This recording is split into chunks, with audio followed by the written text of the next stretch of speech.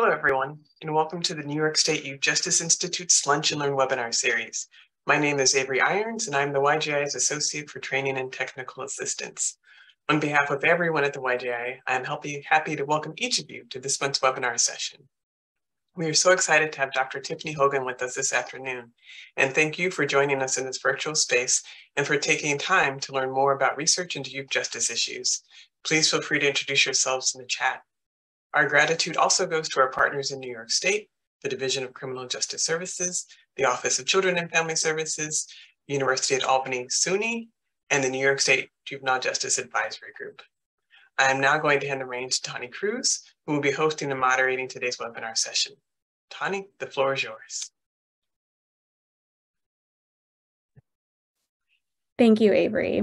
Hello, everyone, and welcome to the Youth Justice Institute Lunch and Learn webinar series. My name is Tani Cruz, and I'm a research fellow here at the YJI. I'm excited to be a part of today's webinar. Today, we have the pleasure of hearing from Dr. Tiffany Hogan. Dr. Hogan is a professor in the Department of Communication Sciences and Disorders at MGH Institute of Health Professions in Boston, director of the Speech and Language Literacy Lab, and research associate at Harvard University. Dr. Hogan has published over 100 papers on the genetic, neurologic, and behavioral links between oral and written language development, with a focus on improving assessment and intervention for children with developmental language disorders, dyslexia, and/or speech sound disorders. Her advocacy for children with reading difficulties has led her to co-found a DLD informational website, dldandme.org, host a podcast, See, Hear, Speak podcast, and contribute information for articles in numerous news outlets, including the New York Times and the Boston Globe, along with several television and radio appearances. So without further ado, I welcome Dr. Tiffany Hogan. Thank you for having me. Set up my slides here.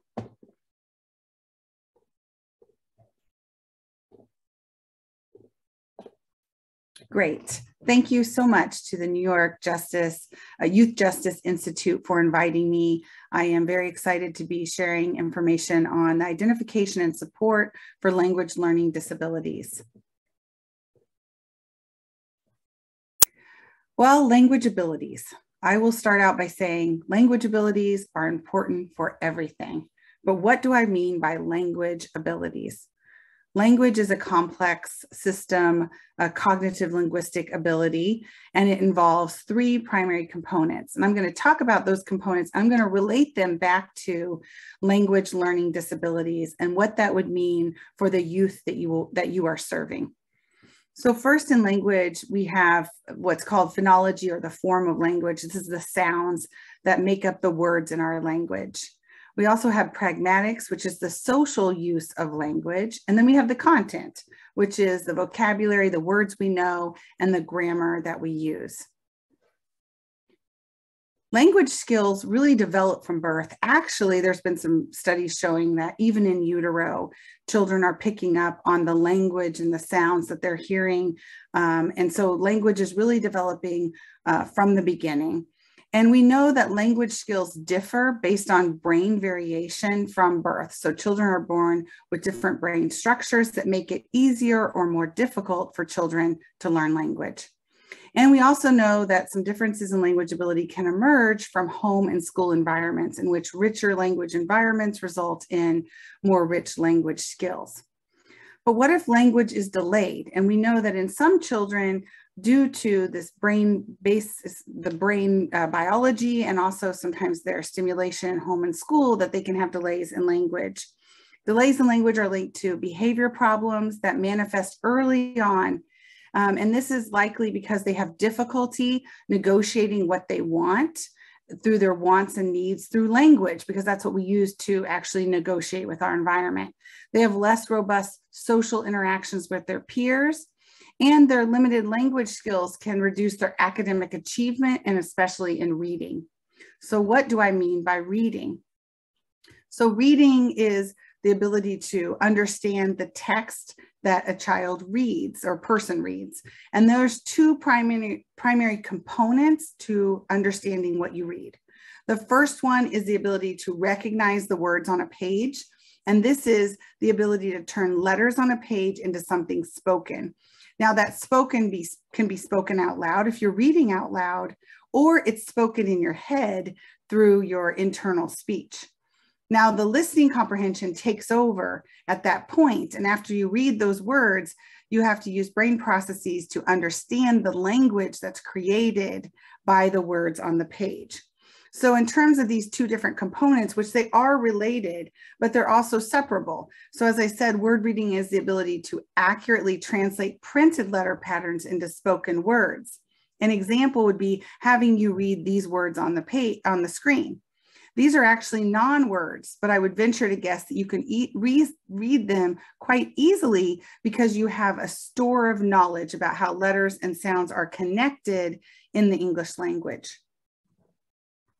Listening comprehension, on the other hand, is the ability to understand that spoken language that's created by text. So I'll read a short passage to you, and then I'll ask you some questions, and this will give you a sense of what it's like to actually activate your listening comprehension skills. Sally first let loose a team of gophers. The plan backfired when a dog chased them away. She then threw a party, but the guests failed to bring their motorcycles. Furthermore, her stereo system was not loud enough.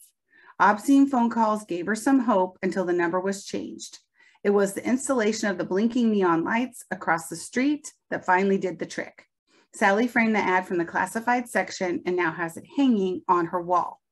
So in this case, I read it to you. You could have closed your eyes and listened, or you could read it along with me. But again, I would venture to say that you are easily able to read the words on the screen. But now I'm going to ask you some questions about the language that was created by these words. Where did Sally put the gophers? Why did Sally want the guests to bring their motorcycles? And what did the ad say? Well, this is actually a bit of a trick question, some trick questions, and this is a common passage that's used to induce what it might feel like to be a poor comprehender or a child who has difficulty in language comprehension but can read the words on the page, also referred to as developmental language disorder. So in this case, what you're missing is the background knowledge that ties together these seemingly separate sentences. When I give you the background knowledge, it's the glue that will hold together those sentences, and you'll be able to answer the questions. So the background knowledge you need is the title of the passage, and the title of the passage is Getting Rid of Bad Neighbors. So Sally first let loose a team of gophers. The plan backfired when a dog chased them away.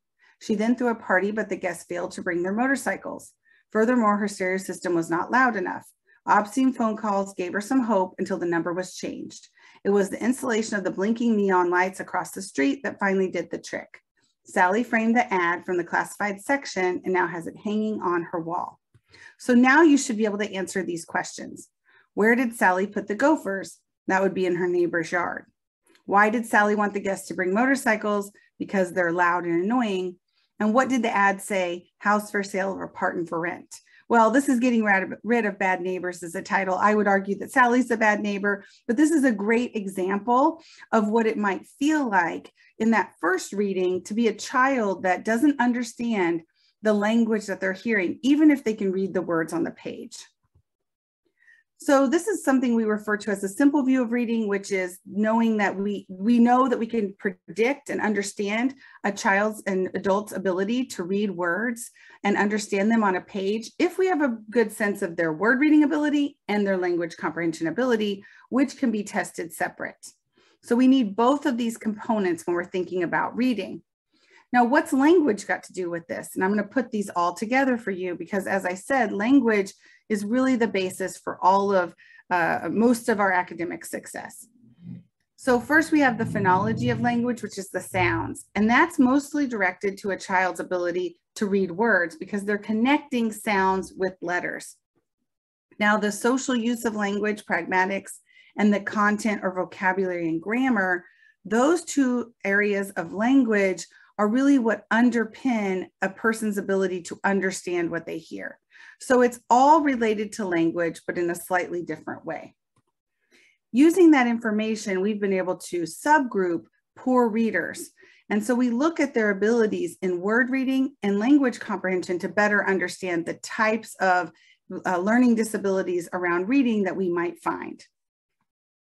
So first, we have children who have poor word recognition. So they have difficulty connecting letters and sounds, but if you read a passage to them, they understand it. They have the language skills to understand the words. So this is the classic case of what you've heard of as dyslexia. So dyslexia is a word reading deficit. And here's a few facts about dyslexia.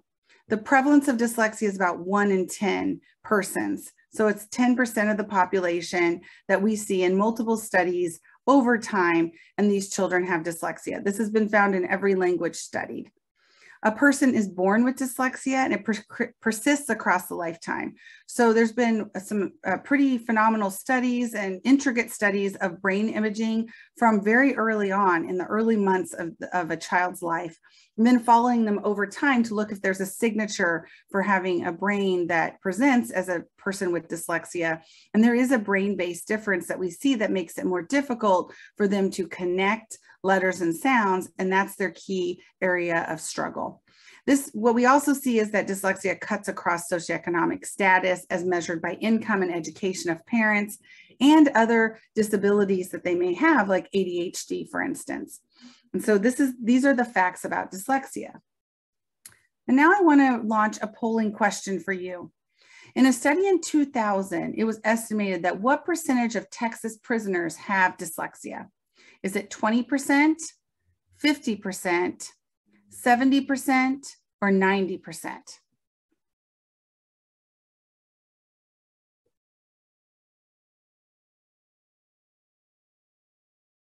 I can see everyone's putting their questions, their answers in.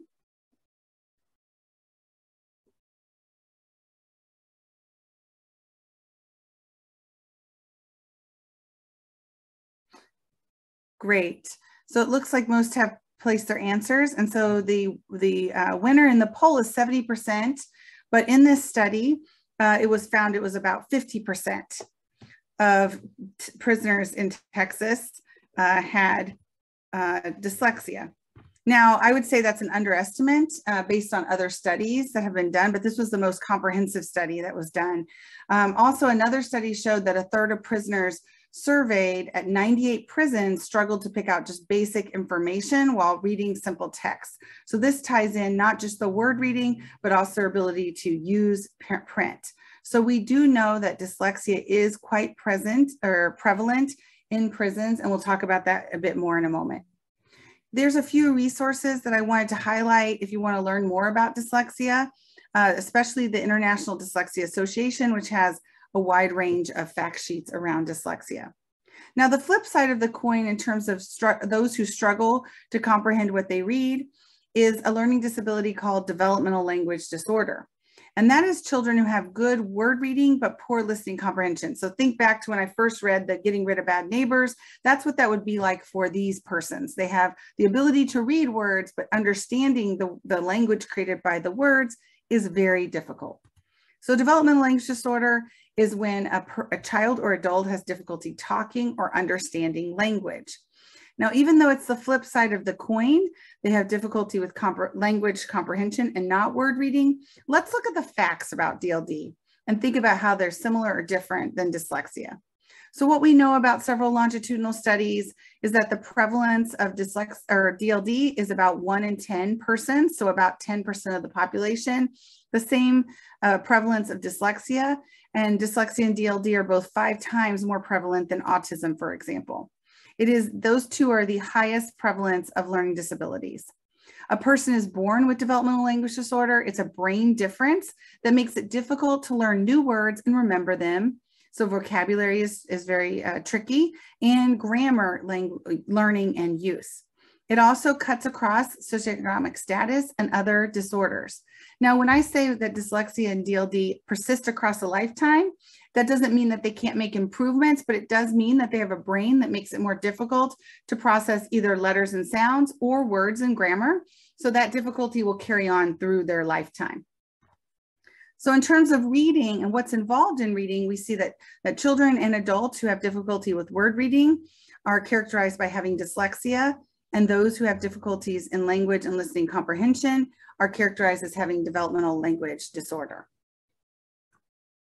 So again, what's language have to do with it? So what we see is that the primary difficulty is in phonology or sounds of language and connecting to letters in a person with dyslexia, and a person with developmental language disorder has more difficulty in vocabulary and grammar.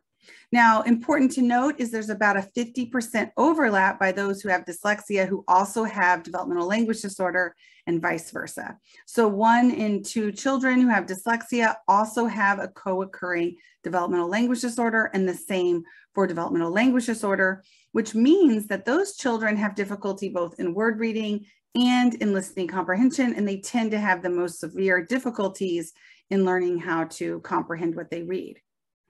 A lot of the work we do in my laboratory is focused on early identification, and the research in early identification shows that the earlier that we determine that a child has difficulty in either word reading or listening comprehension, the earlier that we can provide them the intervention they need, which really does change the trajectory for them.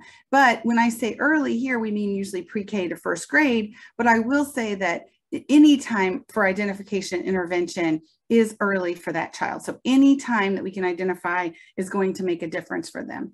But the work we do is really trying to work with school districts and organizations and pediatricians to try to do early identification. Now, the problem with early identification is that children who are young can't read.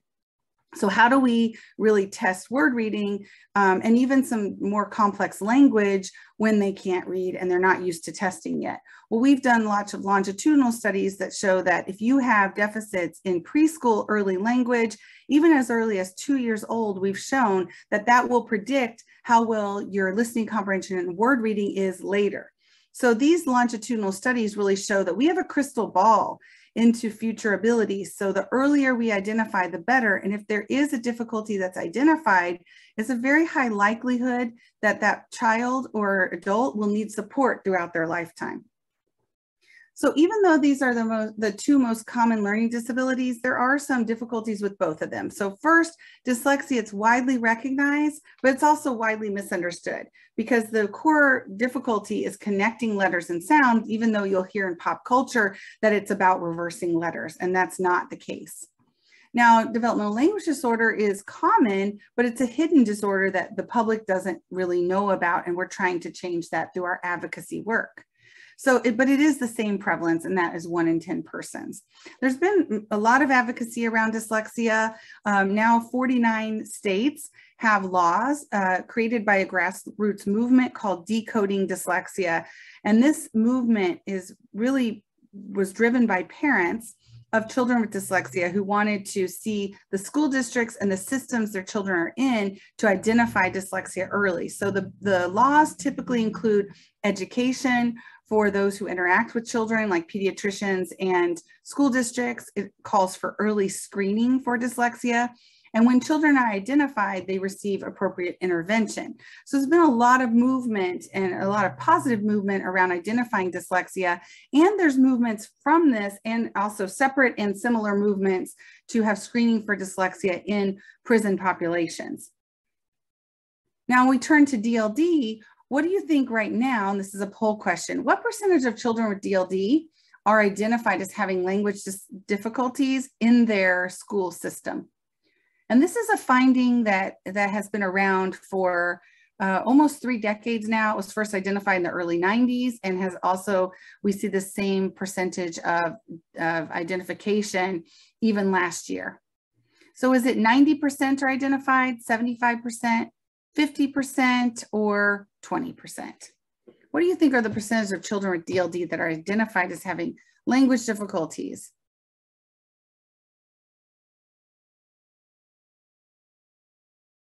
Great, it looks like everyone's weighing in.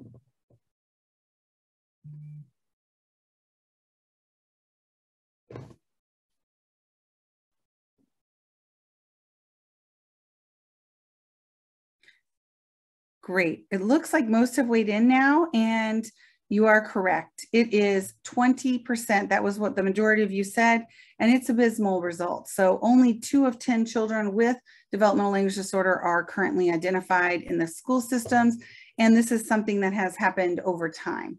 But you might wonder, what are the 20% that are identified for services? What we know is that one, they either typically have a overt difficulty that is a behavior that comes out in the classroom that disrupts the class, and then they're referred for more evaluation. So they typically have, more of executive function or ADHD. They're referred for evaluation because of this disruptive behavior, and they happen to find, and then the evaluation happens to uncover that they have a language disability. Also, the second factor that predicts who receives services is if the child has a mother with high socioeconomic status, so either high income or high education. And so it's not the most severe children that are receiving services or being identified.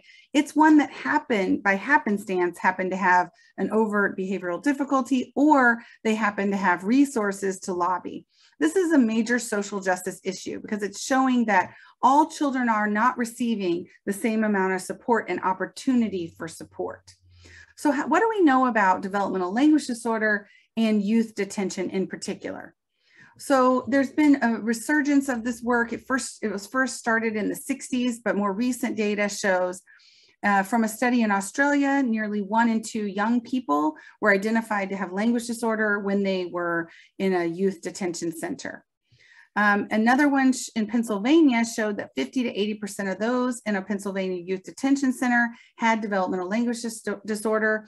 And a primary finding was that for those that were in the detention center, they were never identified in their school system or in their community as having a language disorder. So this was through a screening that was done in the detention center to try to determine who would have language difficulties.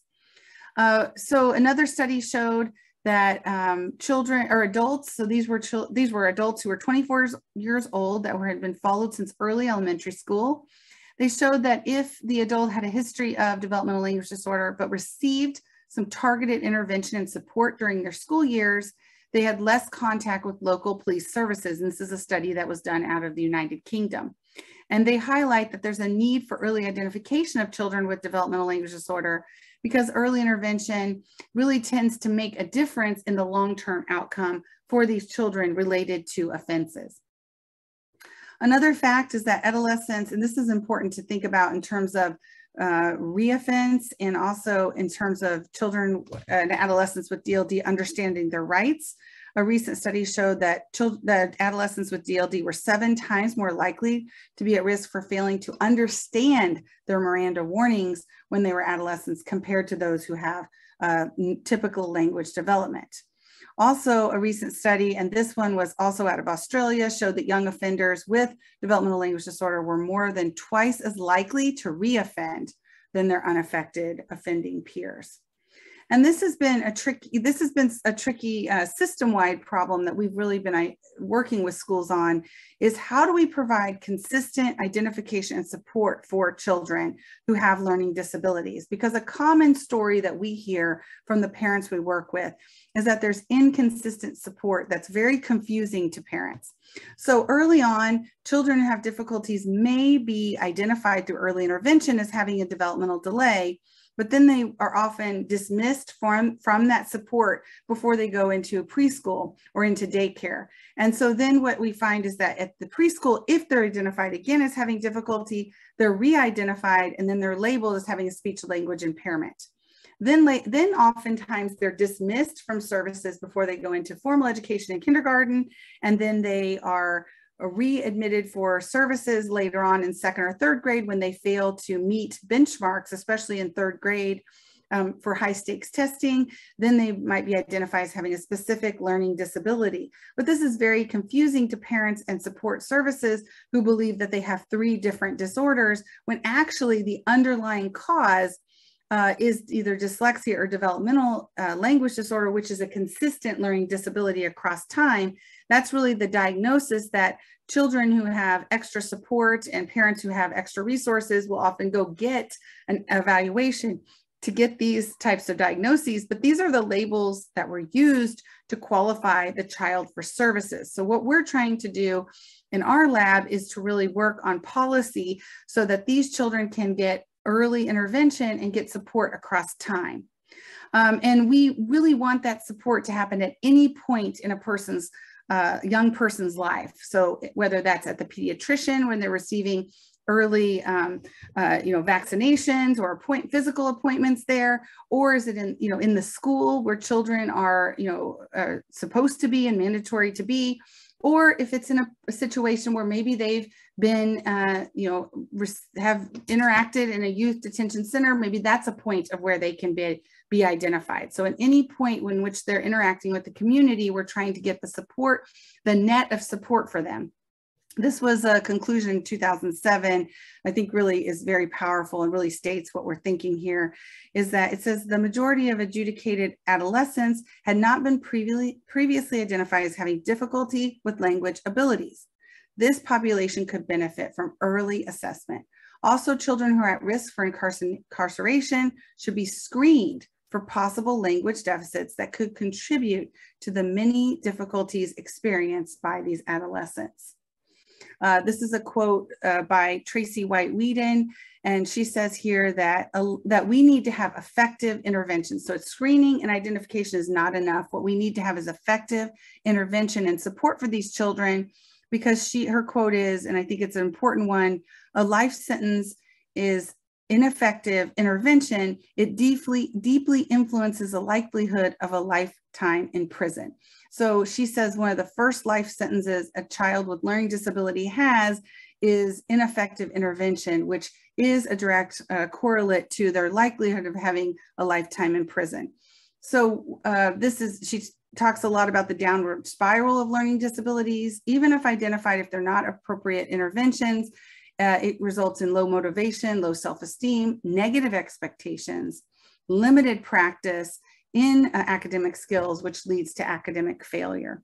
But what we do know is it only takes one person to create the change that adolescent, that child needs. And that is one, really to educate yourself on learning disabilities. So really commending you for taking the time to be here today to learn more about learning disabilities in the population you serve.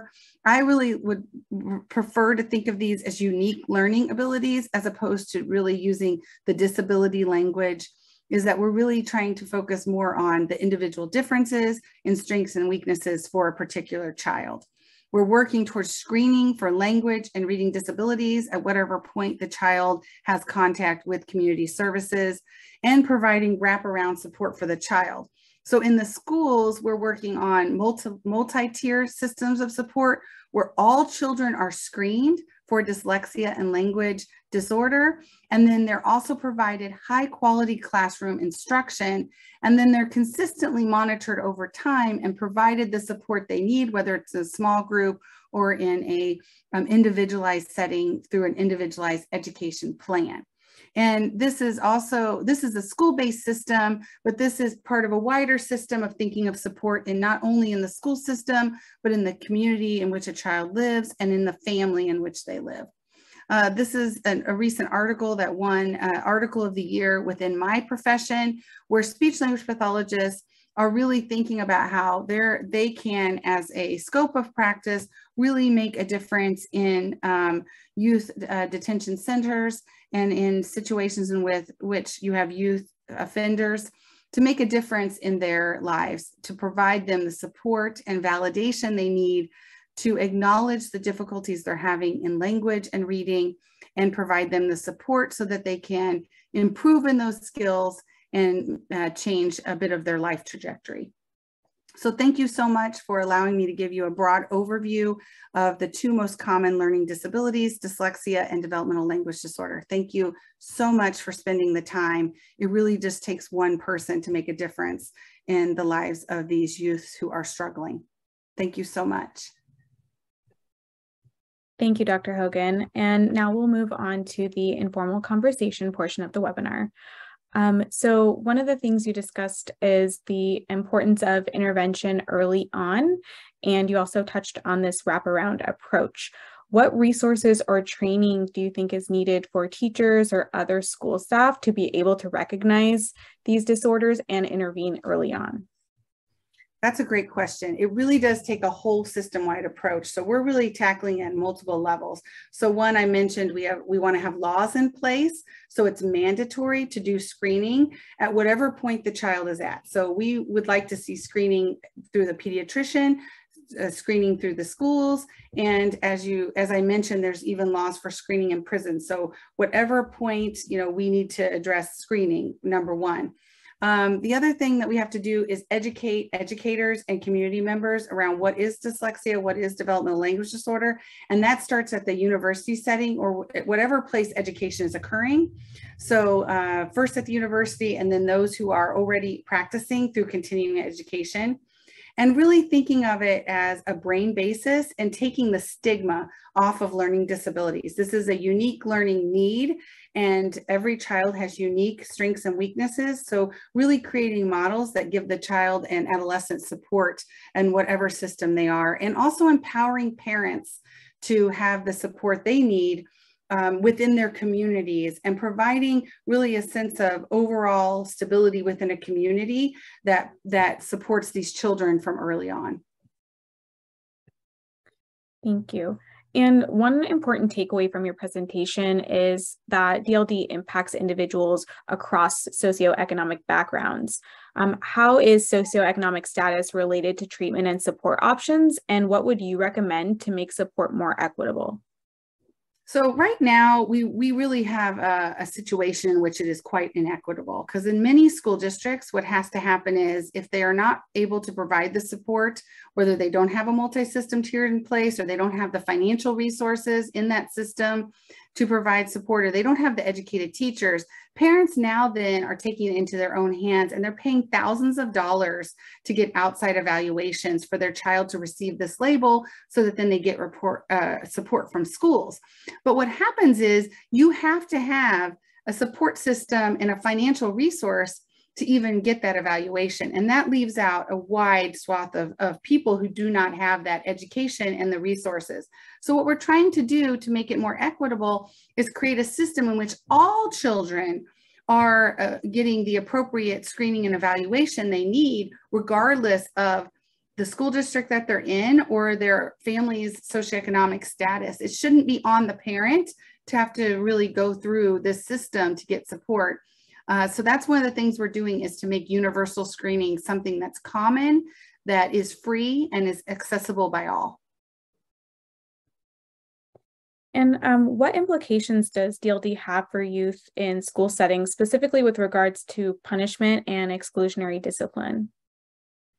Yeah, so what we see is that children who have developmental language disorder, because only 2 of 10 are even identified, what happens to the other 8? So when we talk to parents of those who are identified late, have maybe worked with us in the lab, and those who don't even know that their child has difficulty, because we go into the schools and we do screening and then we follow up, what we find is that these children have been labeled inappropriately as lazy, as inattentive, as not academically inclined. And then they start to internalize that shame. And so when they internalize that shame, they start to have a very negative attitude towards school. They start to act out. They struggle to really connect with their peers because they don't have the language to connect with their peers. They have difficulty understanding, jokes or metaphors that are used in social environments. And so we really do start to see this downward spiral. They're more likely to be punished in school. They're more likely to have low expectations, and that can lead to them having low expectations for themselves. And long-term, that leads in poorer outcomes, in life outcomes for them. They make less money, less likely to graduate from high school. What we do see, though, is on a positive note, is that if we can intervene and provide that support early, we do see a change in the trajectory for these children. So it really is that at whatever point we can provide children support in adolescence, it does make a difference long-term. Thank you. And has the COVID-19 pandemic and virtual life revealed any best practices in this area or any challenges in delivering these services? Yes, it really has. So really what the pandemic did is it took the cracks that we saw in the education system, and it really shined a light on them to make them large gaps now. So it turned the cracks into large gaps. Now, it did give us some opportunities in terms of having parents who were able to be home with their child, or even those, they tend to have a better sense of how their child might be struggling, but actually trying. So I've heard many parents say that, you know, I knew my child didn't like school, and I really thought they just didn't care. But then I saw them actually working on it and how hard it was. And I saw that they weren't receiving supports. So we're seeing a lot more parent engagement in the process, which I think is a benefit. But we're also seeing a lot of wide gaps in terms of who was affected by the COVID academic loss. And that was those who have learning disabilities were very much affected because the supports they had when they were in place were completely taken away. And we saw that the gaps widened because those who didn't have learning disabilities, who didn't need the support, who maybe worked better independent, and those families who had the resources to either get extra tutoring or stay home with their child and provide that extra time with them, we start to see them making improvements. We do see that some of the work on appropriate electronic stimulation, so programs that were able to really be individualized and parents had access to those programs, they were able to make some improvements and mitigate the loss. So we're really thinking through what are the supports that are needed, and then how can we better work with parents to really create the teamwork that's needed to support children over time. Thank you so much. And we're going to go ahead and move on to the audience Q&A because we have tons of questions from our attendees. So first, how frequently does dyslexia co-occur with other learning disabilities like dysgraphia or dyscalculia? You know, it's really interesting in the work on comorbidity, what we call co-occurrence of these learning disabilities, it seems to be a pretty consistent around 50%. No matter what it is. So it's something that, you know, we really start to see converge across. So it's a 50% likelihood that they'll have another type of comorbidity. So 50% likelihood they would have dysgraphia, 50% likelihood they'd have ADHD, and that really cuts across. So what the take-home message is if that you have one learning disability, there is a high likelihood that you have another one.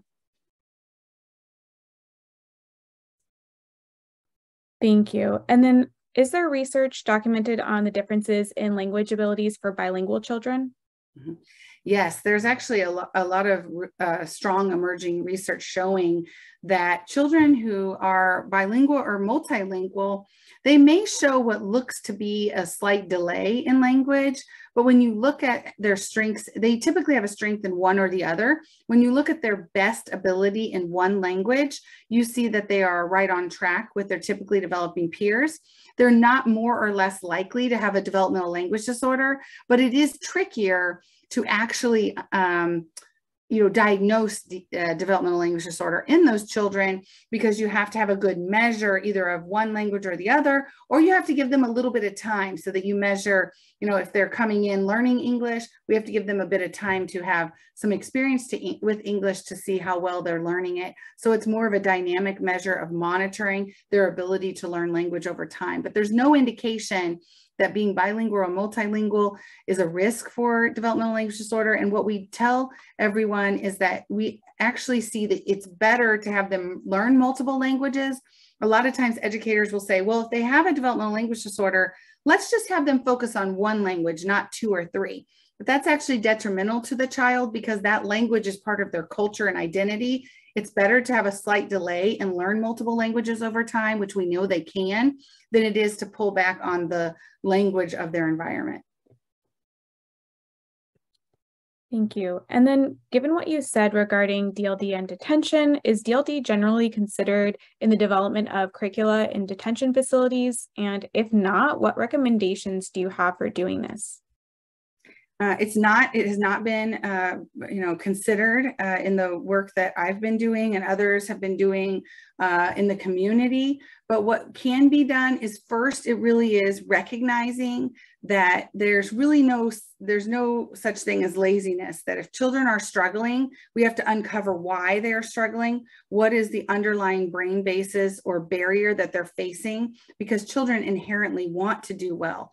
So the first step is really to advocate. The second step is to provide them extra support, meaning, for instance, extra time to read text that they might encounter. Also, multimedia is very important. So these children would benefit from having text read aloud to them, or having auditory representation of the text and pairing it with the visual.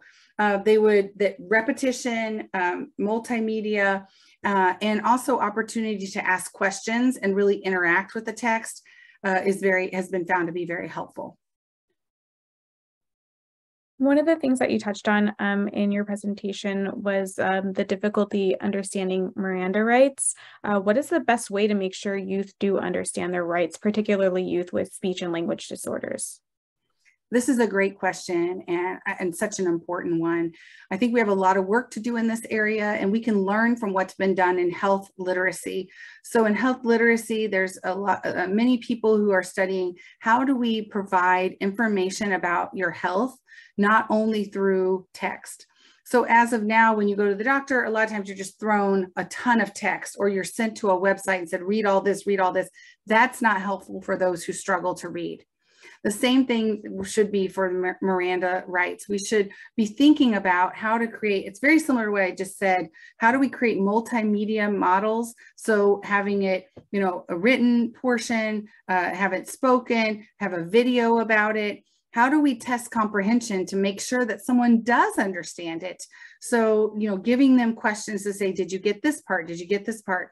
Having focus groups so that we can learn what are the areas of difficulty within the Miranda law that really need to be highlighted for children and adolescents and adults. It's really a problem across the board that we need to make the language that we use more accessible by using this most simplistic way to represent complex concepts. But there's a lot of work that needs to be done in that area. Thank you. And one of our attendees asks, we serve high socioeconomic status kids who often go unrecognized with language deficits because the screening tools do not catch their needs. What do you recommend in terms of screeners? Yeah, it's very tricky. There is, and I believe this is on the resources I provided, there's something called the academic tools chart. This is something I've been involved with for over a decade, and this was funded by the Department of Education. It is an online website that provides a list of the assessments that are out there and what age groups are appropriate for, all the way from preschool up to adult. And it gives a consumer reports type of approach. So if they meet evidence and it's like a full bubble, if it's not as much evidence, it's half bubble. If they don't meet evidence, it's an open bubble. So you can do a quick skim. It gives all the assessments that are out there. Publishers provide that information. They want to be included on the tools chart. So if there's something not on the tools chart, it's usually a bad sign. So the tests that are really good are on there. So that's a good place to start. The other thing to realize is that a lot of schools will think they're testing language, but they're testing word reading. So when I had the simple view of reading, I said there's two primary components. There's word reading and there's language comprehension. But a lot of the current assessments, because of the laws around dyslexia, which is a word reading deficit, you see assessments around word reading, but that doesn't catch those who have language comprehension problems only. So a child with language comprehension problems only who can read words, those are the ones we see fall through the cracks, most likely to fall through the cracks. And so there's really a need for more high quality language comprehension measures. I have a Google document, it's also in your resources, that lists some early screening measures for language, because even the tools chart doesn't do a good job of thinking about the language comprehension part. They really think about the word reading part primarily. Thank you. And I have another question about an audience member doing the work. So students are screened prior to entry into kindergarten. Academic intervention services are required as part of MTSS. When considered LD as a classification, you must prove that these AIS services were provided and not successful. What more is it that the school should do? Kids are progress monitored for reading throughout the year and referred to MTSS if they fall below a threshold. Yes, so I think there's more that can be done in terms of social emotional support for these children, and also thinking about the classroom instruction. So one thing we know is that children with learning disabilities, even if they receive high quality individualized instruction through special education, through an individualized education plan, it's not enough to be pulled out of a classroom and get some services, even every day for 20 minutes, which is very high dosage. Usually it's 2 to 3 times a day they're pulled out, or 2 to 3 times a week they're pulled out of the classroom, or maybe a special educator goes into the classroom and supports them. But that's not enough dosage. That's like saying, I want you to eat healthy, and you only have 2 to 3 healthy meals a week of all the meals that you have. It has to be a whole system-wide change that recognizes high quality instruction in the classroom for all children, and recognizes the social emotional support for these children, so that when they do struggle, they have the same type of training that I'm giving here, that these children and adolescents understand the brain basis of what they're dealing with. They understand it's not their fault. They understand that they have strengths. And unfortunately, they're in an academic setting that most of the time points out their weaknesses, but they have strengths. So helping them find those strengths. So it really has to be a whole child approach, and then including the family in it as well. Is so important, because all of the communities that they interact with need to understand really what makes them tick and how to support them. So it is a system-wide approach. Even the schools I work with, they're struggling to even get that regular MTSS in place, because it takes a lot of resources and education. So if you have that MTSS in place, we see big improvements, but there's still more to go when it comes to social emotional support for these children, and empowering them to be able to advocate for themselves, because they're the ones that's going to be navigating this life with this different brain processing. And what are the cumulative effects of undiagnosed and unaddressed differential language abilities over the life course of a child? Could you illustrate with a hypothetical scenario for us? Yeah, I can give you a hypothetical scenario that is pretty typical of what I've seen across the years. The story I mentioned of having, variable support over time is one possibility. That's probably the best possibility, truthfully, is that they have support. What I often see, and this is in the majority, more than majority, 80% we know are not getting identified. These children are children who they talk late, so and there's a lot of excuses that are made for that, to really try to understand. So late talking is having less than 50 words at age 2 and no 2-word combinations.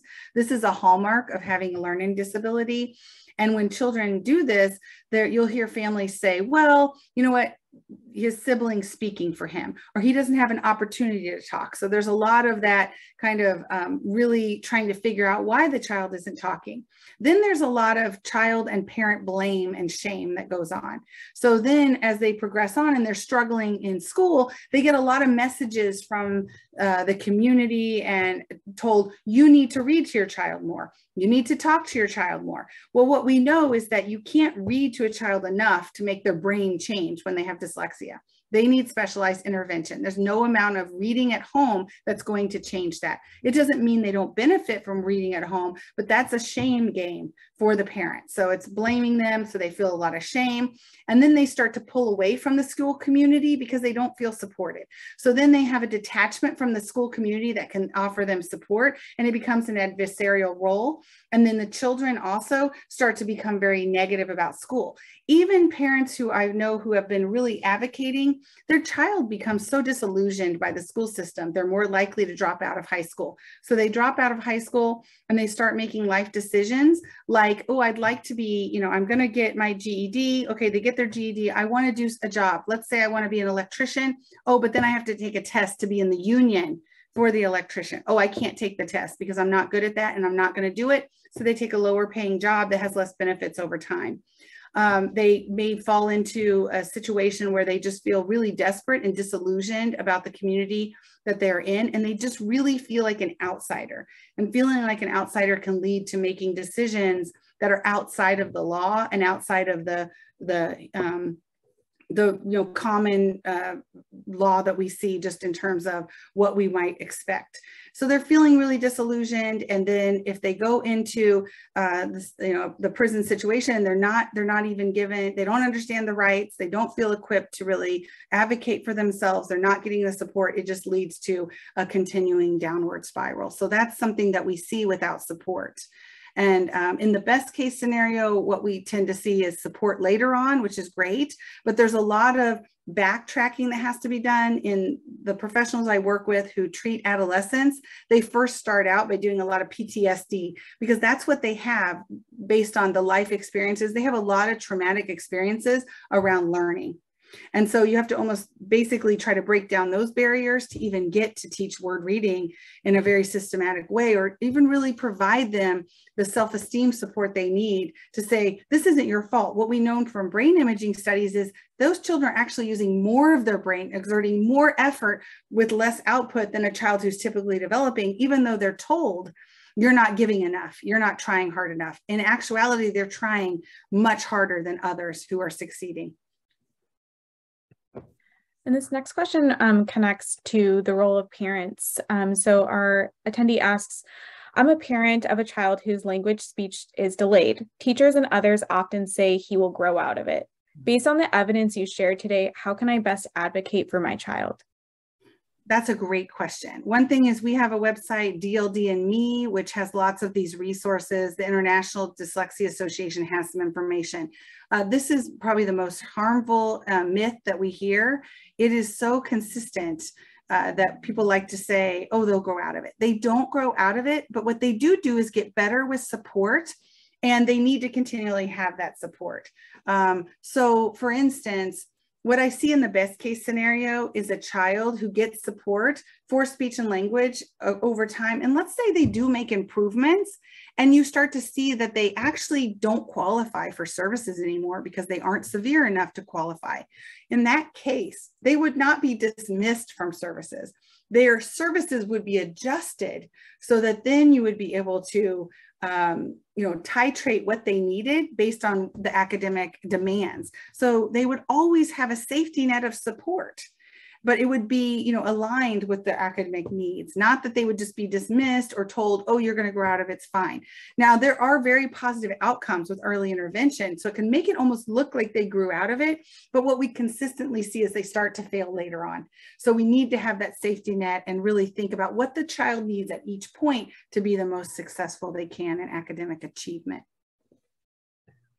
Thank you so much. And we have time for one more Q&A question. So what advice do you have for providers of services for justice-impacted youth when identifying these issues and advocating for them to be addressed in detention settings and other contexts like that? My best advice is never give up.